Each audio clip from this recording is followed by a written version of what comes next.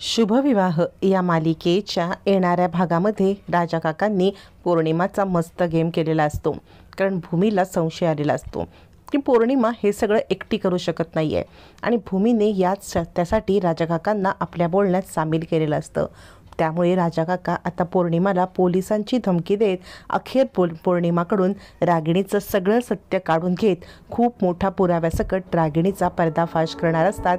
आणि या सगळ्यामध्ये आता मात्र इकडे भूमीसुद्धा खूप महत्त्वाची भूमिका बजावणार असते. पौर्णिमाच्या मूर्खपणामुळे आणि पौर्णिमेला सांगितल्या गेलेल्या एकता गोष्टीमुळे फक्त आता पौर्णिमा रागिणीचं सगळं कारस्थान सकट सगळ्यांच्या समोर आणणार असते. आणि ह्याच्यामध्ये आता मात्र खूप मोठा मालिकेत ट्विस्ट येणार असतो. कारण या सगळ्यामुळे रागिणीचा 20 वर्षापूर्वीचा भयानक भूतकाळ उलगडला जाणार असतो. भूमी आता आकाशला गिफ्ट देण्यासाठी म्हणून रघु काकांना भेटण्यासाठी आकाशला नेण्याचा विचार करते. भूमी विचार करते, आकाश तू तर मला स्माइलीचं गिफ्ट दिलंयस, पण तुझ्या गिफ्टचं काय? तुझ्या गिफ्टसाठी मी रघु काकांना तुझी भेट घडवून आणणार आहे आणि रघु काकांचं खूप मोठं सत्य तुझ्यासमोर आणणार आहे. आता मात्र रघु काकांना भेटायला आकाशला नेल्यावरती रघु काकांची अवस्था बघता आकाश खूप पॅनिक होतो. आणि आता त्याच वेळेला इकडे भूमीने कदम आता इकडे ऑफिसमध्ये मेन असतात त्या कदमांना खूप जुन्या फाईल पण काढायला सांगितलेल्या असतात. आकाश मात्र रघु काकांना बघतो आणि त्याला खूप मोठा धक्का बसतो. रघु काका तुला काय झालं? रघु काका तुला काय झालं? तुझी अशी अवस्था का बरं झालेली आहे? असं तो ओरडून सांगत असतो. पण रघु काका काही रिस्पॉन्स देत नाही. रागिणी आता ऑफिसमध्ये सगळे कागदपत्र पाहते आणि कदमांना म्हणते, भूमीने हे जुने कागदपत्र काढायला का सांगितले होते? आता रागिणीला काहीच कळत नसतं की भूमी नक्की कोणत्या गोष्टीचा उलगडा करणार आहे किंवा कोणतं सत्य समोर आणणार आहे. कदम म्हणतात ते काही माहीत नाही आहे, पण भूमी मॅडमनी सगळे जुने पेपर काढण्यासाठी मला सांगितलेलं आहे. रागिणीला संशय येतो की नक्की भूमीच्या डोक्यात तरी काय चालू आहे. ही सगळे जुने पेपर काढून आता नक्की काय शोधण्याचा प्रयत्न करते हे तर मला शोधायलाच पाहिजे. आणि रागिणी आता सगळे पेपर चाळायला लागते. तोपर्यंत इकडे आता रघु काकांची देखरेख करायला किंवा रघु काकांच्यावरती लक्ष ठेवायला प्रशांतला भूमीने सांगितलेलं असतं. आणि आकाश पॅनिक होतो. रघु काका बोल ना, काय झाले तुला? त्यावेळेला प्रशांत सांगतो, आत्ताच डॉक्टर येऊन गेले होते आणि त्या डॉक्टरांनी सांगितलेलं आहे की रघु काका कोमात गेलेत. रघु काका कोमात गेलेत म्हटल्यावरती सगळ्यांनाच खूप मोठा धक्का बसतो. मग मात्र घरी येऊन भूमी आता राजा काकांची भेट घेते. भूमी राजा काकांना म्हणते, मला ना खूप डाऊटफुल वाटते. राजा काका म्हणतात, हो, कारण या सगळ्यामध्ये एकटी पौर्णिमा हे सगळं करू शकणार नाही. कारण भूमी मृत्यूपत्राची फाईल गायब होणं हे सुद्धा संकेत आहे की तुझ्यावरती कुणाला तरी खूप राग आहे. तुला ही प्रॉपर्टी मिळू नये म्हणून सगळा हा अट्टाहास चाललाय. मला वाटते भूमी या सगळ्यामागे घरातलंच कोणीतरी आहे, पण कोण आहे हे सत्य आपल्याला शोधायला पाहिजे. भूमी म्हणते, राजा काका पण घरातलं कोण असणार? आता इन आपण 4 माणसं, या सगळ्यामध्ये माझ्या विरुद्ध कोण कारस्थान करणार? राजा काका म्हणतात, तू कोणावरही विश्वास ठेवू नकोस, कारण पैसा आणि प्रॉपर्टी बघितल्यावरती सगळ्यांचे भल्यांचे डोळे फिरतात. आपण एक काम करू शकतो, आपण ना पोलिसांची मदत घेत पौर्णिमाच्या तोंडून सत्य वदवून घ्यायचं का? भूमी म्हणते, ठीक आहे राजा काका. आता ह्याच्यात आजीसुद्धा सामील होते. आजी म्हणते, जर का माझ्या आकाशच्या जीवाला धोका असेल तर या सगळ्यामधून काहीतरी मार्ग काढला पाहिजे. मग मात्र राजा काका आणि भूमी खूप मोठा प्लॅन करतात. आजीला सुद्धा विश्वासात घेतलं जातं. राजा काका आणि भूमीच्या या प्लॅनमध्ये आता पौर्णिमा अचूक अडकणार असते. आता मात्र भूमी सांगते की ज्या कुणी हे सगळं केलेलं आहे त्याचा तर शोध लागणारच आहे, पण पौर्णिमा तुझा हकनाक बळी जाणार आहे.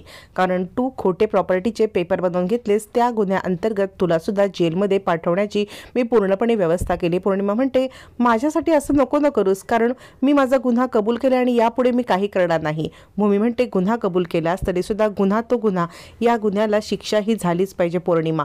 त्यासाठी तुला मी शिक्षा करणार, कारण तू माझ्या आकाशच्या जीवावरती पण बऱ्याचदा खेळलीस, रघु काकांना सुद्धा त्रास देण्याचा प्रयत्न केलास. यावरती आता पौर्णिमा म्हणते, रघु काकांना मी नाही काही केलेलं आहे. याच्यावरती भूमी सांगते, असं कसं? रघु काकांना काहीच नाही केलं, मग रघु काका गायब कसे झाले? रघु काकांना गायब करण्यामध्ये पण तुझाच खूप मोठा हात आहे. बोल पौर्णिमा, बोल. रघु काकांना कुठे गायब केलंस? पौर्णिमा म्हणते, मी सांगते ना, रघु काकांना मी गायब नाही केलेलं आहे. यावरती भूमी सांगते, तूच रघु काकांना गायब केलंस. आता मात्र पौर्णिमा सांगते, मी काय करेन त्यांना गायब करून, कारण हे सगळं माझ्या हाताच्या बाहेरचं पलीकडे आहे.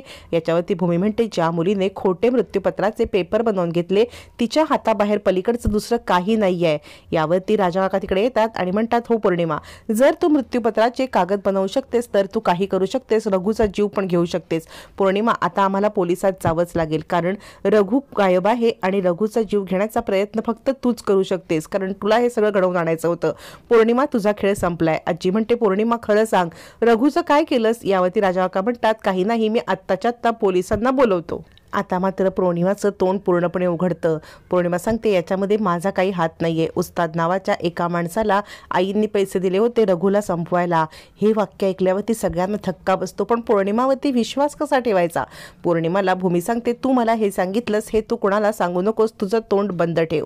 पौर्णिमा म्हणते, तुम्हाला पुरावा सुद्धा मी देऊ शकते. तुम्ही फक्त आईंच्या समोर उस्तादने काय काम केलं, तुमचा आणि उस्तादचा काय संबंध, आणि उस्तादचं नाव ऐकल्यावरती आई जर कावऱ्या नाही झाल्या तर मला सांगा. आणि सगळ्यात महत्त्वाचं म्हणजे हे पेपर ज्यांच्याकडून बनवून घेतलेले आहेत त्या वकिलांचं नाव आहे विद्याधर कदम, आणि त्यांना तुम्ही माझ्या अपरोक्ष फोन करून विचारा की हे पेपर कुणी बनवून घेतले होते. आता मात्र पौर्णिमाने सगळा खुलासा केल्यावरती भूमी आता खूप मोठी ॲक्शन घेते. भूमी रागिणीच्या इकडे येते आणि म्हणते, आत्या, मला असं वाटतंय ज्या वकिलांकडून पौर्णिमाने हे पेपर बनवून घेतले ना त्या वकिलांना सुद्धा आपल्याला जाब विचारायला पाहिजे. याच्यावरती आता रागिणी विचार करते, ही तर खूप मोठी सावधच झालेली आहे. याच्यावरती भूमी सांगते, हो, कारण त्या वकिलांनी असे पेपर बनवून माझ्या अपरोक्ष पेपर बनवणं हे सुद्धा चुकीचं आहे. त्यामुळे मला असं वाटतं हे पेपर कुणी बनवले त्या वकिलांचा आपण शोध घेऊया. या पेपरवरती विद्याधर कदम यांचं नाव आहे, त्यामुळे मी त्यांची भेट घेणार.